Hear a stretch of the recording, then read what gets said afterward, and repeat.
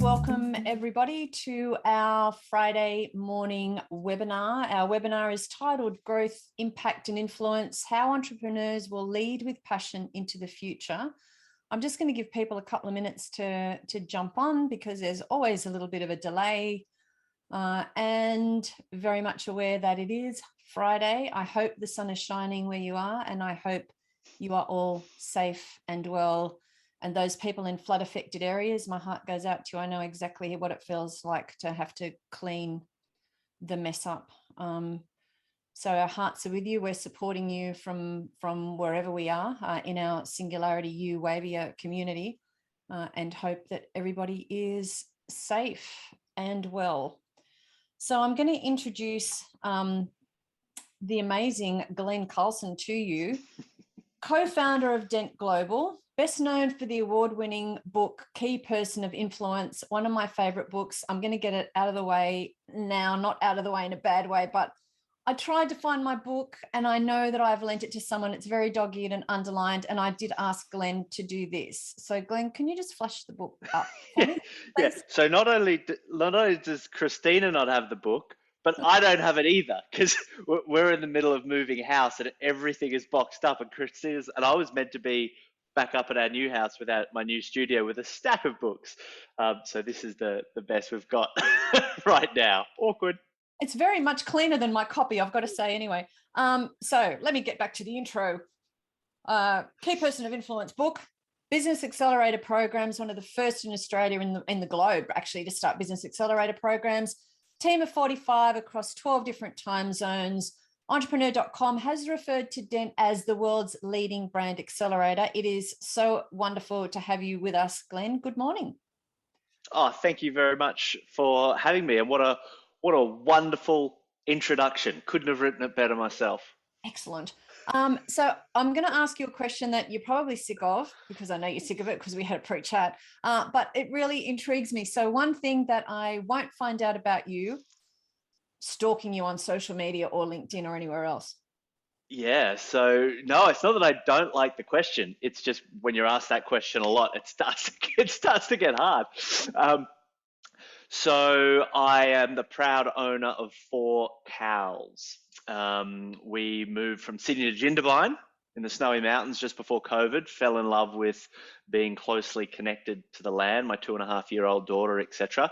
But we decided that Jindabyne was a little far away, so we just bought an acreage out of Jindabyne in a place called Bonneville, and it came with 4 moo cows. So wow. I'm the owner of 4 cows. There we go. Excellent. So are they milking cows, roaming cows? No, they're beef cows. And that's about as much as I know about cows. So there's a learning curve ahead. Absolutely.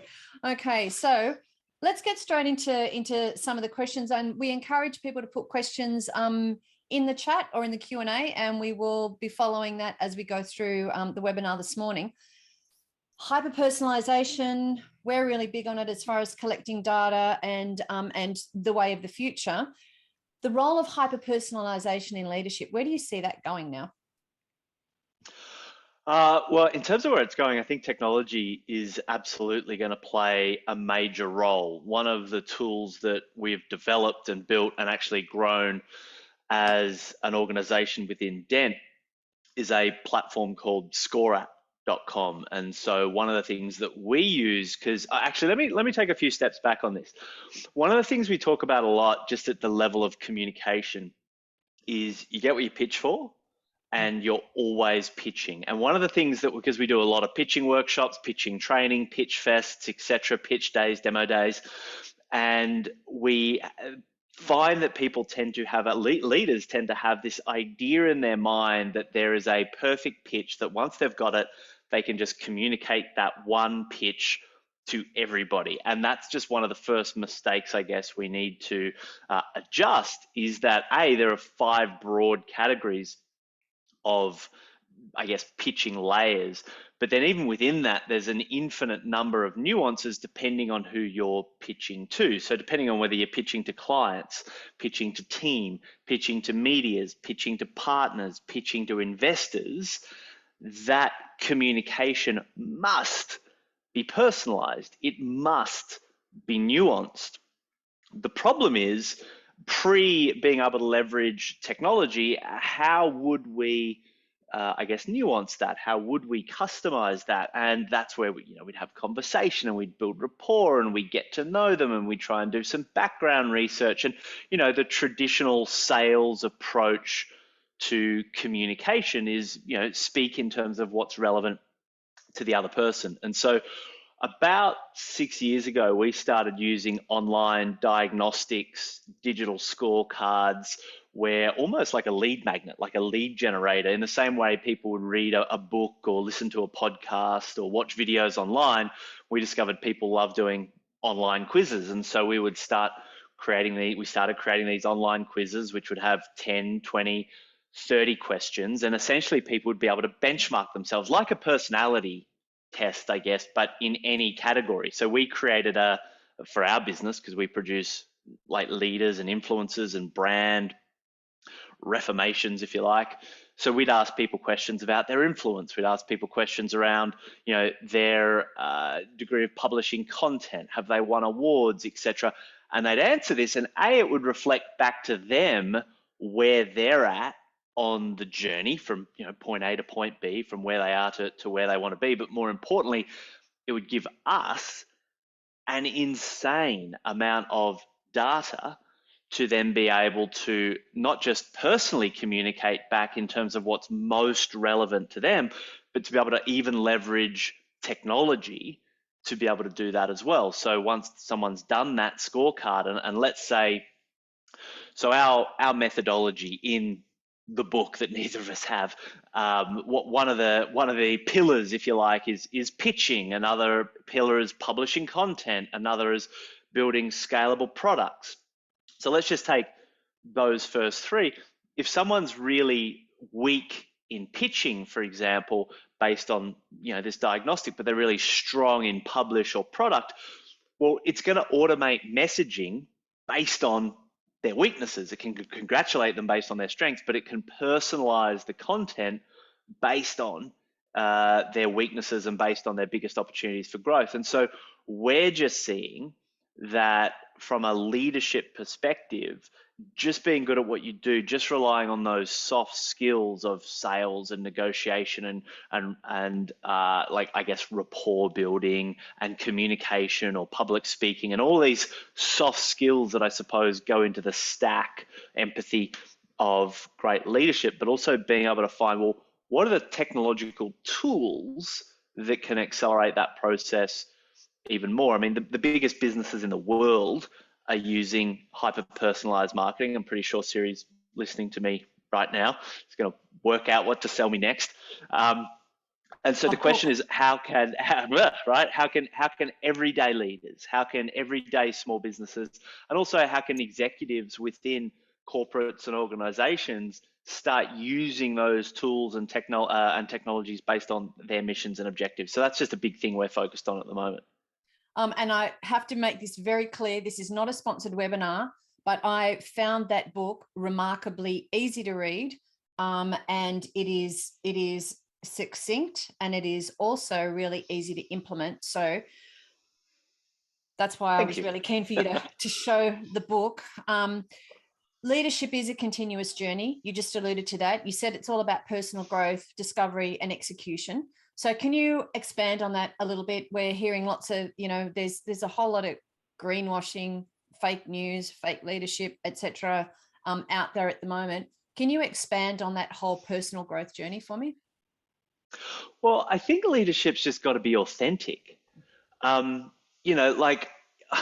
Like I look at people like Elon Musk as an example, right? And people see this guy just achieving all these incredible things, but you got to go back and watch him when he had those 2 rockets blow up on him and everything sort of fell apart, and you could kind of see, like, here's a human being put up against the wall. And I think that engenders a huge amount of respect. We don't tend, like, I think of the people that I really respect, the more that I can see people or see that these are human beings that have been on a journey that have been pushed right up against themselves and have had to confront, their own demons and their own edge, I suppose, that engenders a huge amount of respect and trust in me. And so in reflection, if I want to then mirror that back and model that level of excellence, it's like, well, what am I doing to push against my edge visibly in front of my team, in front of people that I want to have an impact in? Because we don't tend to just follow people that are comfortable. We don't tend to want to follow people that are in their ivory towers, that have been bestowed, a role or a set of responsibilities or a position description, and that are leveraging their power unilaterally or autocratically. Like, we don't tend to follow that, and if we do, we're not following it for the right reasons.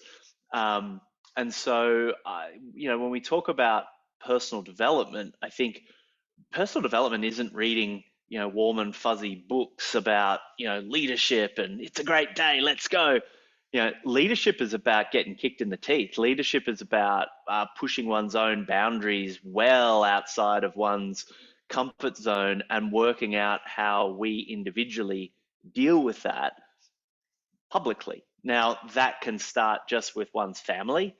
And then as one starts to get more comfortable with that, we'll start taking bigger risks. We'll start taking on bigger projects. We'll expand that. And all of a sudden, maybe our friends will start seeing us pushing our edge, achieving things, getting knocked back, getting back up, engendering that trust. And my experience with influencers, it kind of works in those concentric circles. The more we push into our own unknown and respond well, the more that engenders the trust of those around us, and that circle of trust expands and it expands and it expands. And then we start leveraging platforms, like Facebook and YouTube and LinkedIn and all these, and Zoom and what have you. And all of a sudden, this circle of trust can start to expand geometrically.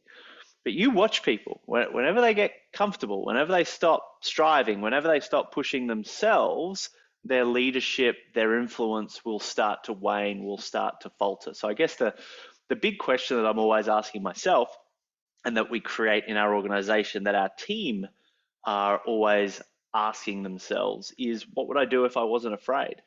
And that's a big question. And it's a question that tends to reorganize a lot of stuff in people's world around, oh, wow, there's some important things in my life that I think I'm ignoring. And that once that can become the elephant in the room, once that can become the important conversation, I think that's where not just leadership, but leaders really come into their own. I love that. And I love the Elon Musk example, because Elon Musk is very authentic, and he backs himself 100%. He puts his own money into his own projects. But I've been very privileged to have been to the Tesla Gigafactory in Reno, Nevada, a couple of times now. And the common story is, yes, he works everyone really hard, but he doesn't ask for anything more than what he is prepared to give himself. Now, where you sit on the fence around how hard people need to work, etc., but it's made very clear from the beginning that these are the expectations, and this is how hard I work, and come and join me if you have that similar authenticity. Right or wrong is another conversation. And I don't even like that terminology, right or wrong, because the world's full of shades of gray. So the core principles, expanding on that again, to be an effective leader in community and at work. And I know you've outlined a lot of these in that book, but also in the other research that you found. So what are the core principles required? Well, I won't talk about what's in the book so much, right? I mean, generally speaking, we find that if you want to expand your ability to influence, yes, from the five principles in the book are, you've got to have a powerful mechanism for communicating your vision, your mission, your purpose. You've got to have a great pitch. You've got to be able to customize that message. Really, we see that the most powerful leaders in the world are certainly thought leaders. So they're publishing what they know in a way that's useful to people that aren't in their physical space, that aren't working in the same office or in the same community. People around the world can start to learn from and be guided by you. You've got to have products, right? Real leaders don't sell their time. They're able to scale beyond the hourly rate, the day rate, into a mechanism of value creation that is beyond just selling time. Got to be visible. They've got to have a great profile online, in the media, and they've got to do partnerships with key brands and influencers in their industry and outside their industry that are already well established in the inner circle of their industry. And that sort of cements this, I guess, like these superpowers of influence, if you like. And that's critical, right? If you're good at what you do, if you want to have an impact, if you want to expand one circle of influence, you're not going to do it if you don't have a great pitch. You're not going to do it if your circle of influence is limited to the people around you. You're not going to do it if you're limited to your time to create value and receive rewards. You're not going to do it if you're unknown and invisible. And you're not going to do it if you're unable to create alliances with key players. Like, when everyone hears it like that, it's like, well, that makes so much sense. But more tactically, one of the things that I learned most I guess acutely was I started applying those 5 things for myself, and our business started to grow. We became the 9th fastest growing company in Australia. I was living on airplanes where I was in at least 3 states a week for 2.5 years. Exhausting. We had offices in Sydney, Melbourne, Brisbane, but we also had satellite offices up in Singapore, as well as another main office in London and Tampa over in Florida. So there was a lot going on. And the thing about these 5 elements of influence is they accelerate fast growth. But what I had never experienced was how to manage a fast growing organization. So we grew very quickly to about 20 odd people on the team, stretched to the limit, ripping itself apart from the inside from an organizational perspective. And I was so up against my own Peter principle. You know, you kind of grow until your level of incompetence. Well, I definitely hit my level of incompetence, and my unconscious reaction was to micromanage. My unconscious reaction was to delegate tasks. And very quickly I burnt out. Very quickly I pissed off a lot of my team. We had a churn rate, and I took that very seriously and very personally. And it was actually a trip to San Francisco where I met a mentor who had built some very successful businesses that taught me a trick that saved, well, I would say probably everything at that point. And I've kind of renamed it as the curious leader, where it wasn't my job to know everything that needed to happen and to micromanage everything that needed to happen. As a leader, it was my job to know where we are right now, right? So everything from the financials, the P&L, the balance sheet, the cash flow, where we are right now, to the brand, to the culture of the team, to the competitive landscape, qualitatively, quantitatively, everything. It was also my job to know where we were headed, right? So what was the vision of the business in 12 months, 3 years, 5 years? Again, qualitatively and quantitatively. But then, and this was my mistake, then it was my job to shut up, plead ignorance, and ask people, my team, how they felt we could get from where we are to where they wanted to be, how they could bring their skills, talents, and expertise and creatively solve those problems. And what was really remarkable is some people, when asked that, quit within weeks. They're just like, oh. Others really rose to the challenge, and they started bringing ideas and leadership, and they became, it took probably about 12 months to reform our culture with this one mental model. This one mental shift radically changed everything, because it was almost like I was the single processor where everything had to go through me. But the moment I became the curious leader, where it's like, here's where we are now, here's where we're going to be, here's where we want to be, how can you help? What can you bring to the table? How do you think we should get there? And when I guess, reorganized our team and rehired our team based on that principle, in fact, those questions are built into our recruitment model. Like, here's the problem we're trying to solve. How would you do it? And so everything shifted. And all of a sudden, the weight of leadership, which was very unilateral and autocratic in the early days, became very open sourced to everybody on the team. So not only was it hugely liberating for me, but it allowed us to grow so much faster because there are so many more processes, if you like, so many human brains and their consciousness and their passions and their enthusiasms and their skill sets and their insights, because they're on the ground tactically doing a lot of the things that I wasn't doing. Was probably one of the biggest breakthroughs in leadership that I had for myself, that tends to be one of the biggest insights that leaders need, especially if they're going through the kind of growth that the key person of influence methodology tends to create. I love that. It's very interesting. I can't tell you how many times I use the words "you teach best what you most need to learn." But the fact that you were open to that learning as well is that open mindset and is that aha moment. Can you can you what was the moment where I know that that was an amazing moment and very thanks for sharing that vulnerability as well. Where did you actually go, hey, I'm not growing into my strengths. I'm stuck in my comfort zone. Here's how I'm going to push it. Even a story around like how did you meet the mentor when you went to the States and you said that you met the mentor? How did you meet that mentor? And I know it's about surrounding yourself. And there is a reason why I'm asking this question that I'll share shortly. But how did you push yourself out of comfort zone? And what's one of the best examples that you can give the audience around what that was for you? Yeah, I'm not sure the meeting of the mentor is a particularly good story. I was part of a business group called EO, Entrepreneurs Organization. We go on trips and adventures and all sorts of stuff, and part of that is we surround ourselves with great leaders in great areas. And so yes, you become who you surround yourself with, and so that's always been a priority. But I think to the heart of your question, um, well, I think the number one thing that I think has always got me out of my comfort zone has never been me. I've always set off a set of dominoes that lead to me having to that I know are going to lead to me having to perform well beyond my current knowledge or ability to be able to perform while I'm comfortable. So, the way I launched our company in Australia is I booked an event. I booked a venue for 500 people. We were going to have a conference to launch our business.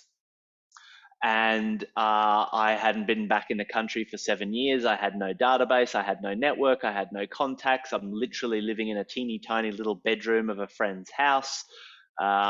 It wasn't particularly fun. I had no idea how I was going to fill it, but that was the commitment. And I booked the venue, and then I got the speaker, and then and it was one thing that led to another. And I remember uh, everyone in the industry that I reached out to was saying, we were charging for the event. They were saying you can't run paid events because everyone's running free events. This is 10, 12 years ago now. You can't run paid events. You got to run free events. And, it was one day and it's like, no one's going to come for that. People are running big 3 and 4 day personal development conferences for free. So you can't do that. And I was doing it on the 18th of January and they just laughed. They're like, you can't do it on January because everyone's away and it's in between Australia Day and da, da, da, da, da. And anyway, so every single person in the industry that knew a thing or two about running events and conferences like the one I was going to do was telling me not to do it. But I'd run out of runway, I'd run out of money. That was the opportunity I had. I'd done a deal with the venue, which was the RMIT University in Melbourne, and that was the date that they could do. Otherwise, I'd have to pay like $10,000, which I didn't have for a venue, etc. So it just had to happen. And I remember the anxiety, the pressure, the stress over that Christmas period, talking to partners, talking to affiliates, talking to people that said they would promote me, and we got to January 5 or 6 and we might have had 100 bookings, which is just horrible. Like, it was going to be this big empty room and I had these speakers and I had these sponsors and I had these partners. And I just kept picking up the phone and I just kept putting out good vibes and I just kept focusing on the vision and the mission that we were here to do, which is, more leaders and more influencers making a dent in the universe. And in the last week, we had about 350 bookings, another 50 bookings before that. It was standing room only. No one had seen sort of anything like it. It was epic. It was our launch. We did about $750,000 in revenue off the back of that. So not only had I gone from sort of being sort of broke and struggling to back in the game. I had momentum in the business and all that sort of stuff. But had I not set those dominoes in motion that was going to lead to that, I guess, valley of death, if you like, while I was comfortable, possibly wouldn't have happened. Like you don't, it's like the frog in the pot, but in a good way. You don't go from comfortable to extreme discomfort in a decision. It doesn't, like in one decision. It's more, what is the pathway that's going to call on me to play my biggest game? How do I commit to that pathway in an all-in kind of way? And then how do I just trust that I will be supported by nature, if you like, to bring that together? I guess one of the things is that for me, it had never been about making money. It had never been about my personal brand. It had never been about me. It had always been about how do we help other people solve these problems. And I think that intention goes a long way to getting through some of those, jaggedy periods. 100%. I think it's that intention. And we do a lot of work, as you know, also with entrepreneurs and startup groups. And our advice to them is exactly the same thing. It's not inward facing, it's outward facing. What are you doing to serve? What are you doing for humanity? What are you doing to make this world a better place? And I hear your resilience, and I hear that determination. I hear the manifestation, and I hear, hey universe, come on, I'm doing this, give me a bit of a hand here, give me a bit of a kick along. But it's that hard work. So one of my, how many times have you heard as well, people go, oh, you're so lucky, you're so lucky. And you go, well, no, I made 100 phone calls and one person said yes per 10 phone calls or 20 phone calls. It's the hard work and that resilience. So I think all those principles of leadership are amazing. So it's not only about being an effective leader, as you've alluded to in your workplace, it's also how you lead at home, and then how you lead out there in the community. How do you see that? How do you see, particularly in the current state that we're in with floods and COVID and overseas crises and that, how do you see that leadership expanding from, it's not just about being a leader in a workplace, it's about being a leader in everything that you do? Well, I don't think you need war and, pestilence and floods and famine to trigger leadership in every area of life. I think it should cascade fairly naturally. But most people that I know that lead well in business tend to lead well at home, and most people that I know that tend to lead well at home tend to go and lead well in business. So I think the way we tend to look at it is there's that inner leadership, like what is one's inner calling, right? Your personal why, and that tends to cascade through one's family. Then what is the why for your clients, right? And if you're in a leadership executive team, the client is the business, or the client could be the external, your employer, or it could be the external partners that you're aligning with. And then there's the why for the world. And it's a tricky trifecta to get, but when you're aligned to your personal why, when you're aligned to a reason to show up for either your employer or for your clients in a way that is inspiring, and when you also have a way to show up for the world, that trifecta of alignment, it will, certainly from my experience, creates a lot of focus. I really think about there's the things that we can influence, or there's the things we can change.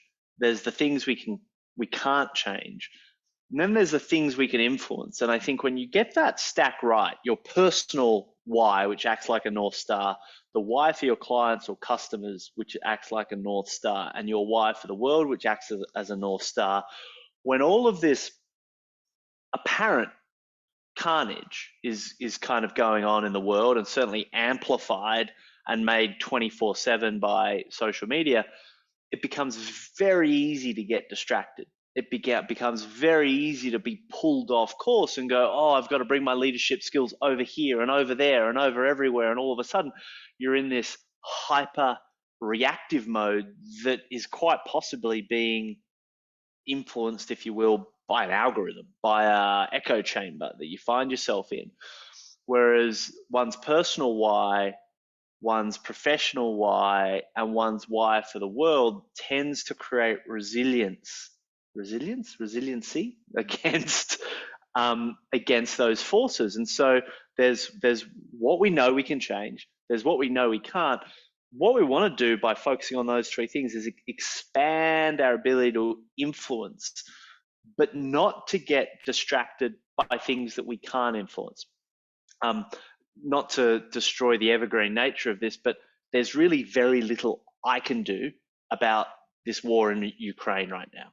Like, very little I can do at all. And I can virtue signal, which I don't, that, all about, I know nothing about it. I don't have a history in that region of the world. I don't have an understanding of that history of the world. All I'm seeing is the reports coming out of the media. I have a huge heart that goes out for the victims of war. I also have a huge heart that goes out for the civilians of an aggressive nation that really are not necessarily supportive of that action. But that's about it, right? So it's like, okay, that's not my area of leadership. That's not what I'm going to put my time. That's not what I'm going to put my social media posts. That's not what I'm going to put my virtue signaling into. I'm going to focus on what I know I can actually change and what I can actually impact. Comes down to the Australian floods. Okay, that's different. That's something that we've got people on the ground. We can mobilize resources. We can get resources to the people that need it most on the ground. We've got a community that are well resourced that we can bring together with that. Brilliant. But even so, it's knowing when to kind of set that spark in motion, and then as a leader, when to get back out of the way and let people that are better equipped based on their three whys to respond to that stuff, and for me to focus on what I do best, which is, helping the entrepreneurs of our country and the world, get their focus right, get their business right, get their leadership right, because that's where I can help the most. And so I guess I'm bringing it around to this idea that it's where your leadership is focused that makes the biggest difference, and what it does not get distracted by, where its edges are, and the self-awareness of those that I personally believe is where true insight and leadership comes from. I love that. Love the fact that you share the why. And this wasn't pre-conversed to everybody, but one of my personal push myself out of my comfort zone moments was actually emailing Simon Sinek's team, because I was going to be in New York City at a particular time, and I thought, what can I do here? And I sent them a barrage of emails, and eventually got a meeting, and eventually got to work with Peter Docker and the Start With Why team, and have written workshops around that. So totally on board with what it means to have that North Star, and then how that plays out in your family, in your community, in your workplaces, and around the planet. So there's so much to be said for having that individual sense of purpose, and we each have that unique sense of purpose. Glenn, there's a question in the chat. So thanks, Diego, for the question. Great analysis of leadership. I would say one of the big struggles as a leader is growth. Glenn talked about personalized marketing. How do you personalize content for each client to increase demand on a product in a world where people are bombarded with information? Any steps that you follow and would like to share? I think that's probably like a whole course worth of question, but over to you. I don't want this to sound like a plug, though. No, it won't. And please, everyone that's listening, understand that this is not a sponsored webinar. Glenn was invited on. He's a great partner, a great colleague of ours. I just love his work. Okay, great. So thank you. So we had that problem. We wanted to personalize our messaging and marketing, and we built a tool, which was these, we call them scorecards, like it's an online quiz. And to answer your question in terms of how do you personalize your message to the individual clients and customers, what we do is we get them to complete our scorecard. So if you go to, if you just Google key person of influence scorecard, right, it'll pop up. And if you just do that, that'll give you an idea of what I'm talking about. It'll benchmark your own ability to influence. You get your strengths and weaknesses around your ability to pitch your value and your message, your strengths and weaknesses around publishing content, products, profile, partnerships. It spits out a customized report. And then based on how you answered all those questions, you're going to get a personalized email sequence, right? So you know how there are different email funnels and what have you. Well, our email funnels are customized based on how you score, based on how you complete the questions in that questionnaire. Then if you end up, depending on what kind of categories you fall in, end up clicking a few of the right buttons in our ecosystem, get a call from one of my team, that call is going to be customized based on how you answered those questions. So it's super nuanced straight away, because we can get, it's almost like what these scorecards or checklists or quizzes or whatever you want to call them do, is that they're like a mini X-ray for a customer, right? Or for a prospect, or for someone that you're communicating with. And so we saw the power in this. Our clients saw the power in this. We started building these for our clients. Then we raised $1 million and we launched a platform now called scoreapp.com, which you can go to and do a free trial and set up your own. So if you care about, we have vets using them. We have business consultants using them. We have executive leadership teams using them, all based on, their nuance. We have robotics companies using them, about, robotic product development, and someone can do a diagnostic questionnaire, and that gives their team super personalized insights in how to communicate, either through an automated set of mechanisms where you could have automated emails, automated ads, automated SMS responders. You can have that automated set, but also when it comes time to a conversation, that human being can actually look at how that person has answered these questions and get a really detailed snapshot. So instead of it being a whole course, we wanted to build a tool that started to give leaders and influencers hyper-personalized marketing capabilities, cheap. It's like $50 a month for the starter version. So I don't know if that's useful, and I don't know if that exactly answers the question, but I think if you're looking to try and personalize at a prospect by prospect, customer by customer, and certainly content by content, because the content that comes back, they'll get a PDF. Like when someone does the checklist, they'll get a PDF that the algorithm recreates that PDF based on how they score. So once you set up if the different bands, so if someone scores in the low category, tell them or recommend this advice, this product, this service. If they score within here, recommend this, this, and this, it will package all that together into a sexy little PDF report or an email sequence, which is just mind-blowing. It might take you a day to set up, but once it's set up, we haven't touched ours in about 7 years, generates about $1 million a year in revenue just from that lead source. And one of the things that blows everyone away is that it hits the nail on the head for them. It's like, yep, that was my problem. It nailed it. I knew I needed a solution. You guys seem to understand our problem better than anyone else. You had the technology around it, and so they end up working with us. And so that might be worth checking out. There's also a comment in the chat that's come up quite a few times in conversations that I've had with a variety of leaders, and it's around the term soft skills. And there is this movement that says, let's not use the term soft skills because they are absolutely crucial skills to have. What's your thought on that? I don't get too caught up in semantics. I tend to use words that people can understand, and I understand that there are sometimes some like more nuanced ways to be able to communicate things. Don't get me wrong. I understand the spirit of intent, that it's really difficult. Soft skills, hard skills, difficult skills, leadership skills, etc.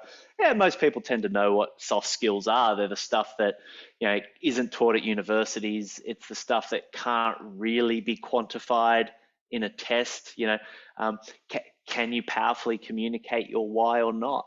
There's not a set of checklists that you can answer that are gonna at university that are going to communicate whether you've got that or not. It's more qualitative, I suppose, but people know it when they hear it. And I think potentially that's where it came from. So I guess I agree with the sentiment, but also just what I've learnt talking to lots and lots and lots of people is, I guess, to be careful not to allow one's communication to fall into something that people don't understand or aren't familiar with. So that's all I'm trying to do there. Yeah, I understand exactly. I know when the whole term social distancing came in, we were very much around, we don't want a social distance, we want a physical distance. And we worked really hard to change the terminology and it didn't catch on. So, but No. it is the words and people understand what you mean by social distancing. But Ian, I reckon anything we can do to acknowledge the importance of that authenticity, that trust, that honesty, which everyone's like, it's almost like those words are at tipping point as well. So we're hearing them a lot. And some people are saying them, but then to actually tip it over into behavior is I do believe where we're now, which brings us to a question around culture. Can you speak to culture in organizations and businesses? I know it's a huge topic and there's so many layers in that, but how do you work with culture? So it's interesting the way that we've got 45 people on the team, so small comparatively, right? Compared to obviously some of the really big businesses out there. And we've spent money on the retreats and having speakers come in and all this kind of stuff that creates culture. The number one thing that has radically redefined our culture more than anything else was that curious leader kind of conversation that I had before. When we put our team in the driver's seat of achieving the outcome, right? And we layered some technology in there to make it very transparent in terms of how people were tracking towards that, so the team could recalibrate with themselves. So there was no silos. There was, objectives and key results. Some really good ways of keeping the mechanisms of action and progress clear and transparent to the team. So there was certainly some technological mechanisms that made that helpful. But if I was to start again, the number one thing I would be focusing on from a cultural perspective at the start is letting people know where we are, letting people know where we want to be, getting really curious about what they can bring to the table and how they want to bring their gifts to achieve that outcome, then having some great layers of accountability and transparency around that and getting out of the way, and then seeing what the culture becomes. Because if I've got a clear vision and mission for where the company wants to be in the future, and I am able to attract the people that want to work there because they've got the freedom, the autonomy, and the independence bestowed by the leadership to go make it happen, like, great, and here's some bonuses and here's some rewards for stretching beyond what anyone thought was possible as a team, product of the whole greater than sum of the parts, all this stuff. And so because our culture was, I wouldn't call it toxic. I use that word because I was so deep in it and it felt so hard and so sluggish. It wasn't toxic, it was just hard. It was intense. It was intense. It was an intense culture. It wasn't fun. The moment I brought in this curious leader perspective, it became fun. People were able to bring their gifts, and there's nothing more fun than being able to have a space that you can fully express yourself, not verbally, not like I just want to talk about what I want to talk about and be heard and expressed, but to bring one's skill set to a problem in its entirety is what I mean by full expression. And there is nothing more fun than that. And so, our core values are be brave, have fun, and make a dent in the universe. Be brave is about stepping out of your comfort zone. Having fun is about bringing your gifts to the world. Making a dent is working out how to do that in a way that creates a real impact beyond you, your team, and your customers and clients, right? How do you have an impact in the lives of people you're never going to meet? And so I think with that idea of having a clear vision, maybe a set of core values that are real, and then getting out of people's way and letting them achieve the outcome, to us, at least in our organization and our culture and our company, that has done more to create culture than anything else. And that's what I would say about that. And I think totally agree with everything that you said. We hire as well according to vision and values. I don't care what your CV says after you've ticked a couple of boxes off, but it's that whole walking the talk. And for our listeners, you don't always get it right the first time. Like, some people can answer all the right things, and it's not until you put them in a room. And I don't know about you, Glenn, but we had a little bit of churn when we're looking for the right people, but once you find the right people, there, like, it's wow, it's amazing. Yeah. So did you Oh, have you, look, Jim Collins talks about it in his books. It's like, you got to have the right people on the bus, and the more of the right people you bring on the bus, the more of the wrong people get off the bus. I hear people that are proud of having a zero churn rate, and I'm like, oh, and they're new in business, and I'm like, that's probably not a good thing. You don't want your family to be churning. You don't want your friends to be churning to any large degree. You want that to sort of stabilize after a little while. But, team are certainly okay to churn, so long as you're not losing top performers, right? Or if you're losing top performers that are toxic to the culture, but you're attracting top performers that are not toxic to the culture or that are really supportive of the culture, that's great. It's when you're losing good people, that's where you got to have a real hard look at yourself. yeah, totally agree. So I've got to say that the book has been very instrumental in a lot of decisions that I've made across my business life. And I just want to say that I've read hundreds of business books. It's really easy to read. This is not an ad. I'll just say that again. But it's a really good investment for anybody out there that really wants to follow what Glenn has actually created. So before we leave, because I can't believe we're almost out of time, final word of wisdom for our listeners. Well, also let me do this because you mentioned investment. If anyone, and it'll give me time to think, if anyone wants a copy of the book, Key Person of Influence, that we've kind of been referencing through here, just DM me. Find me on social media, Instagram, LinkedIn, Facebook. Just send me a message and say hey, and do a quick little intro, and give us your address, and we'll post you out a physical copy of the book. If you're somewhere where we can't post it, we'll get you an audio or a PDF version as well. But in terms of, I'm going to just say thank you. That's very generous. Thank you so much for doing. Oh, well, thank you for giving me the space to be able to share this sort of stuff. I mean, this is what we do. This is what we love. This is our passion. In terms of words of wisdom, I would say this.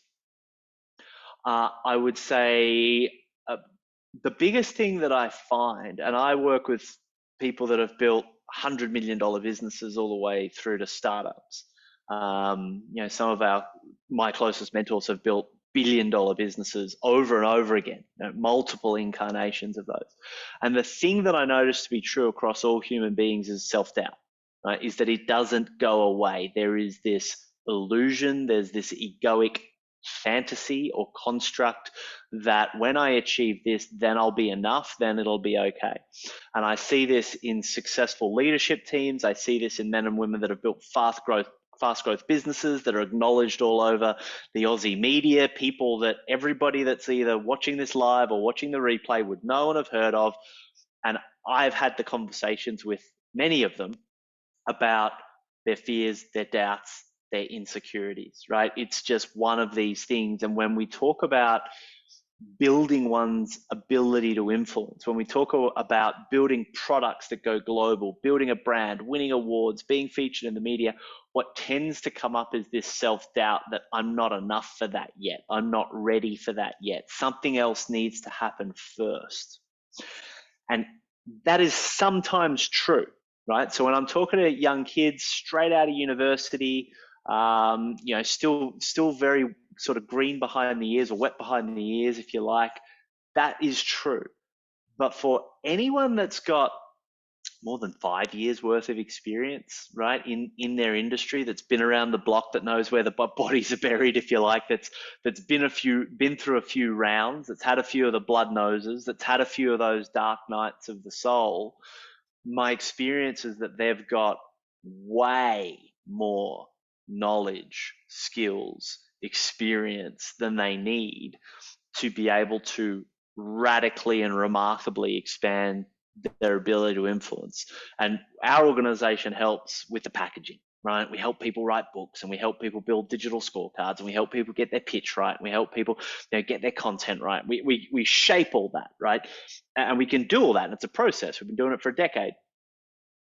But the one thing that gets in people's way, the one thing that we can't get into someone's kind of consciousness, is this sense of worth, this sense of, I already have enough right now.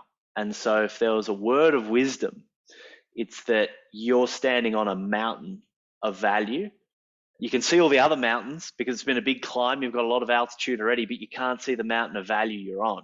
And until you get yourself in an environment that reflects back the mountain of value that you're standing on and then guides you to share it with the world, keep looking till you find that place, because that's the place where you really come alive. That's the place where you really get to make a dent in the universe.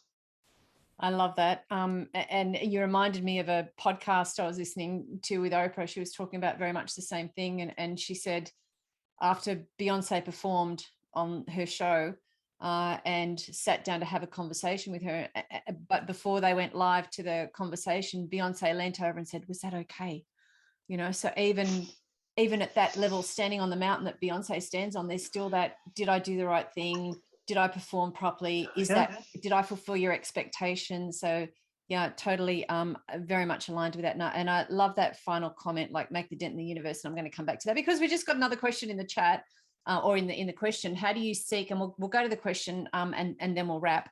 How do you seek information as a curious leader to uncover new possibilities in your business as a leader? What does the feedback process look like? So I seek new information from my team. I think that was implied in the question. I'm not quite sure. Look, we just have a simple weekly team meeting, right? We just have our weekly pulse check. The team have a Trello board that they throw problems into through the week. There are, and it's problems, insights, opportunities.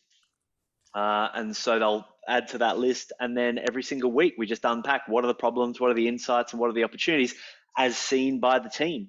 And that tends to provide a great ecosystem of awareness, I suppose. So we talk about awareness. What's on your awareness? The awareness is this quiet little voice in terms of like, it's kind of like the little warning light on the dash of your car. Everyone's got an awareness light, and yet not many people are asked to tune into it or are asked to share what their warning light is telling them. And so we get our team every single week to say, what's on your awareness? And that brings a huge amount of information in. It's the little stuff, and often everything will go quiet for a little while. And you really want to foster that silence, right? Because the awareness is very, very quiet, and it can take a minute or two for it to bubble up in people's consciousness. And then they're like, oh yeah, well, there's this thing, what else? Quiet. There's this thing. And there'll always be the people that are like, I've got this awareness and this awareness, and this is what I think we should do. Great. And there'll be the 2 or 3 quiet people. So you let those like me with the brash and the bravado and all that shit get their stuff out first, but then make sure you're paying attention to the quiet ones, because they're the ones that have often got the awareness that's really dialed into the nuance that everyone else is missing. And so I would say tune into your own awareness first, diary, things of that nature, and then really make it a bit of a mission to tune into other people's awareness. And you can just say, what's on your awareness? How are things? The good, the bad, and the ugly. I've found that to be a very powerful source of information. And when everyone on the team is doing that, and you're operating as the curious leader, everyone else gets that information and can interpret it and adjust to it. And so I don't become the bottleneck. It's another, I guess, cultural theme within our organization. Glenn, thank you so much. Words of thanks happening in the chat. I can see it's wonderful. It's been amazing starting this Friday with you. Love to invite you back at some time in the not too distant future. Thank you. And you know, that whole, let's all step out in our awareness. Let's all, as you have suggested, put a dent in the universe. Beautiful. Thank you so much for having me. Thank you for all the great work that you do. Thanks everyone for the attention, and yeah, hope to see you in the socials somewhere. Thank you. Have a great day, everybody. Thank you for joining us. Please share. You'll get a link to this. You'll get a link to the webinar. Share it with anybody who you believe will benefit from it. And as you walk through your day, do it with unconditional love.